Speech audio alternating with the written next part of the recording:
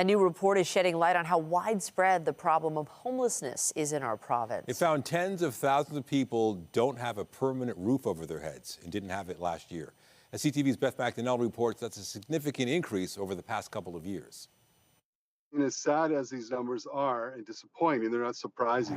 Michael Braithwaite works with some of the most vulnerable people across York and Durham regions. Since the pandemic, he says there's been a large growth in the number of people experiencing homelessness, and shelters are full. One of the fastest growing populations, sadly, too, are seniors experiencing homelessness, families, larger families as well.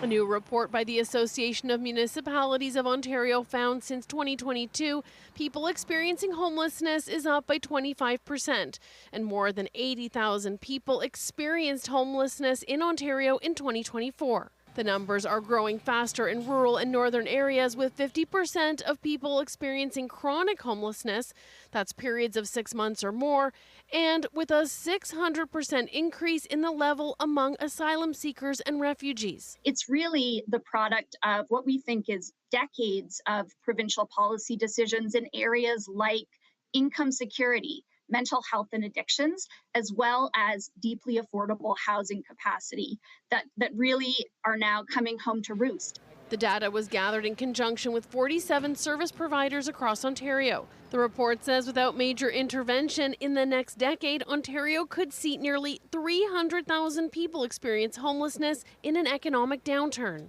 To solve the crisis, the association says $11 billion is needed to end chronic homelessness and $2 billion to end encampments.